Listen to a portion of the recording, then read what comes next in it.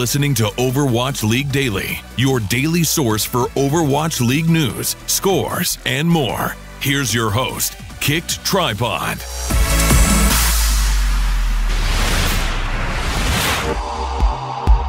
Good morning, Overwatch League fans. This is your Overwatch League daily episode for January 11th, 2018. Yesterday was the opening day for the Overwatch League inaugural season. Today I'm joined by Christian Heurix Thomaser to discuss last night's matches and what to expect tonight. But first, we did have some news today. When INTERNETHULK Hawelka tragically passed away this past winter, the Overwatch League front office immortalized his memory with the Dennis Hawelka Award. This award will be given to the player with the most positive impact on the community. During last night's broadcast, Blizzard also released a touching INTERNETHULK tribute. You can watch the entire thing on the Overwatch League YouTube channel. In lighter news, with the announcement of the Overwatch League and Twitch partnership, all eyes were on how the viewership numbers were going to look. Across the multiple broadcasts, there was a peak of over 425,000 viewers watching on opening day. This doesn't include those who are watching on the MLG.TV stream, which is broadcast at twice the normal bandwidth of Twitch. Overall, the community left feeling optimistic of the Overwatch League's future as an esport, but it will be interesting to see how viewership changes as this season progresses.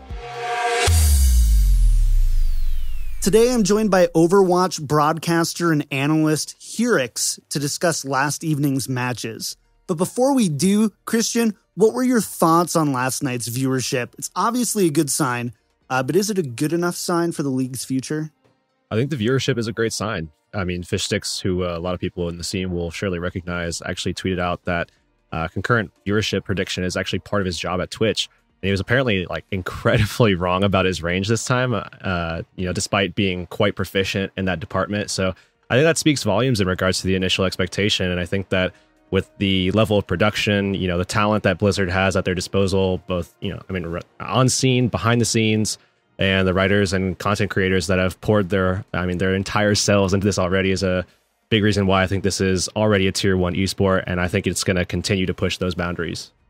Last night was the beginning of a 5-week marathon through Stage 1. In the first match of the evening, we saw the San Francisco Shock take on the Los Angeles Valiant. Despite the strong preseason, the Shock struggled as the Valiant were able to contain Baby Bay and Sleepy, and this one ended up not being close as the Valiant cruised past the Shock 4 maps to 0. On Temple of Anubis, the Shock looked poised to take the map and tie up the series 1-1. Instead, they choked. What happened?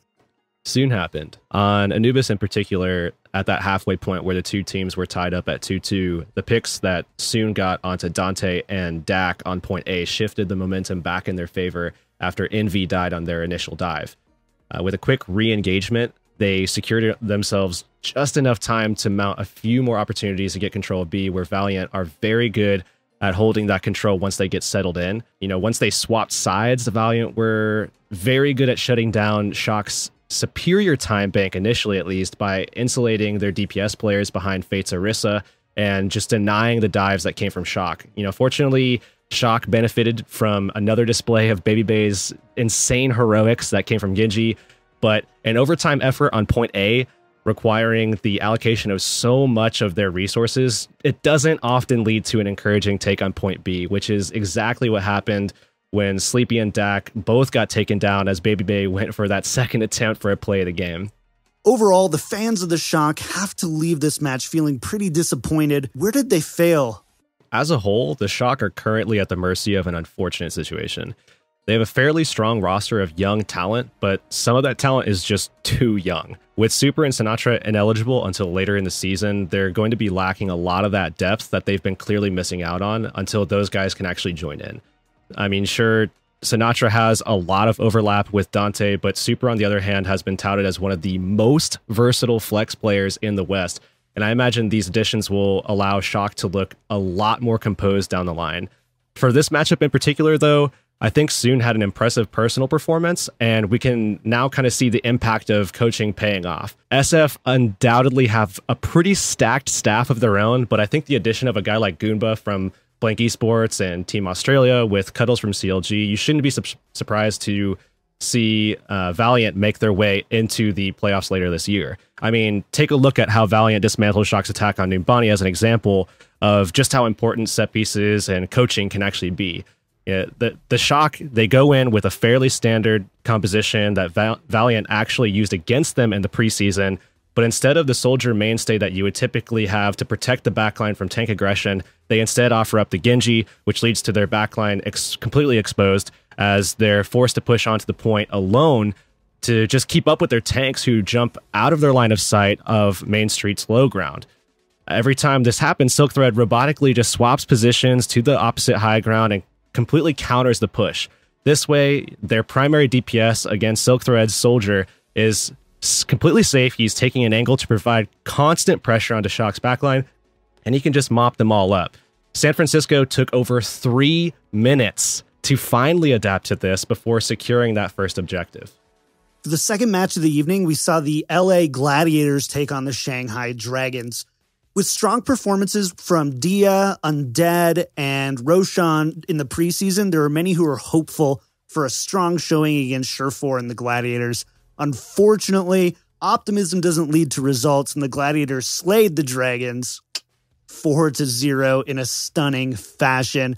So, Christian, at the highest level of competition, we rarely see full holds in a game like Overwatch, especially on maps like payload maps. However, the Gladiators held nothing back on this one and didn't let Shanghai get through the first stage on Dorado. What did the Gladiators do to be so successful here? The thing about the Gladiators that most people weren't really talking about when they classified this team as, bottom of the table is how actually well-rounded they are. They have incredibly flexible DPS players in both Hydration and Surefour, with a highly skilled hit scan and Tracer to kind of back them up, and an insane support duo who have shown great synergy together so far, and pretty much the same in their tank duo from Kungarna. On Dorado, they showed a little bit of that off, I would say. We saw an excellent display of a Widow comp from the Gladiators, and yes, it's a Widow comp. It is not a Doomfist comp. As much as people would like to believe, the Doomfist is there to get kills of his own, sure, but the team is mostly there trying to displace Shanghai's tanks and knock them around a bit to actually keep Surefour at a distance, and then use the rocket punch to, either get those kills or open up shooting lanes for the sniper when free kills, aren't available for that punch. Shanghai were clearly outclassed at every position last night. Are there any silver linings to their performance? Oh, no. I actually had to put my foot in my mouth a little on Twitter during the match because I thought that Shanghai were capable of a 3-1 with the ability to sprinkle a few tense moments into the match, but man, this was a disaster for these guys in red. Dia, who showed up as the flex hit scan in the preseason, spent a lot of time, not being able to accomplish much of anything on Tracer, while Undead covered the role that Dia actually shined on, and he looked pretty rough around the edges, to say the least. Beyond that, poor Feel Free, man. Poor Feel Free. And both of those guys on Mercy were just always being hunted down for the slaughter with almost no hope for protection or peel.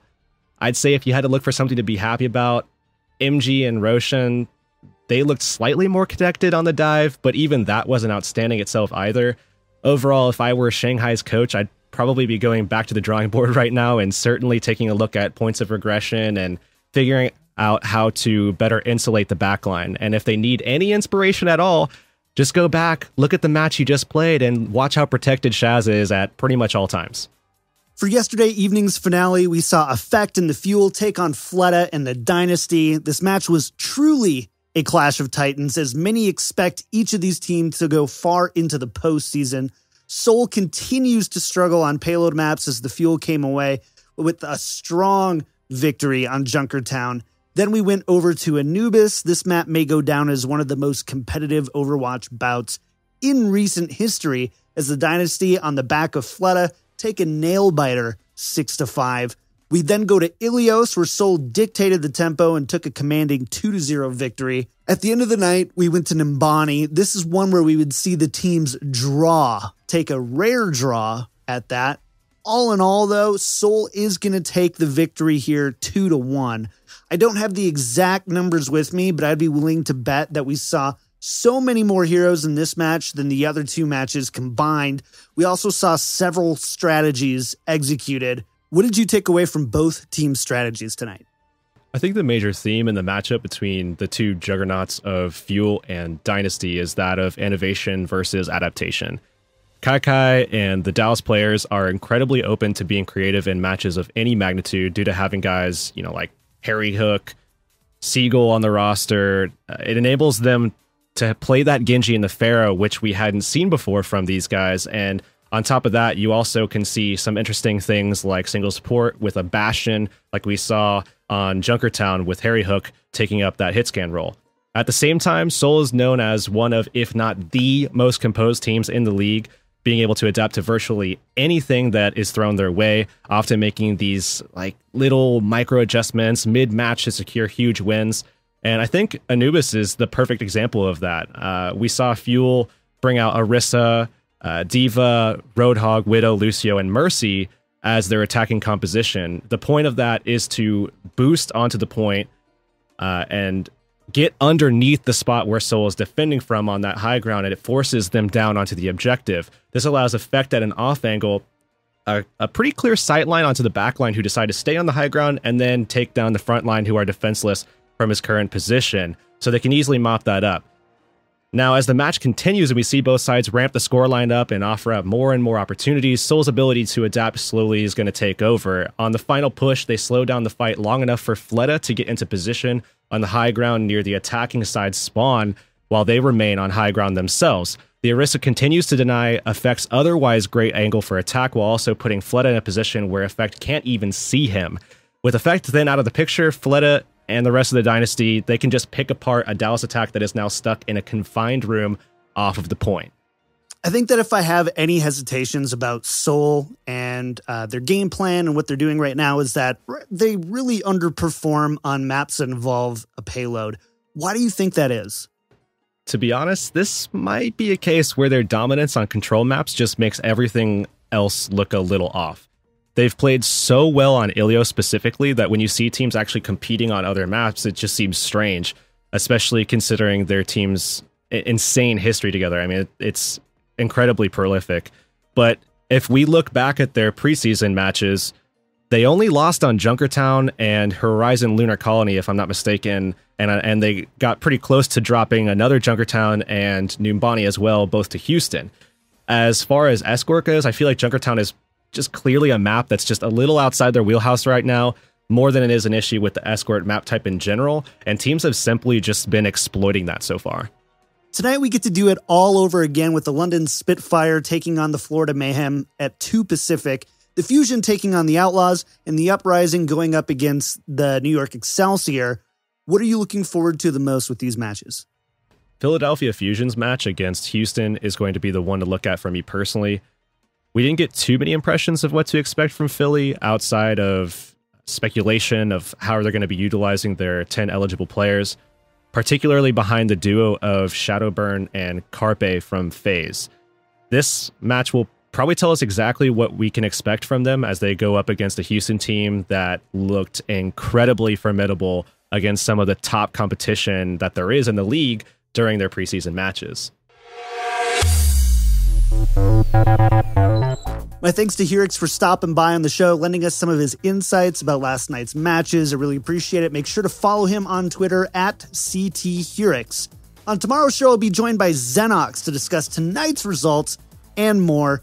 Remember, you can follow the show on any of your favorite podcast outlets, including iTunes, Stitcher, SoundCloud, Google Podcasts.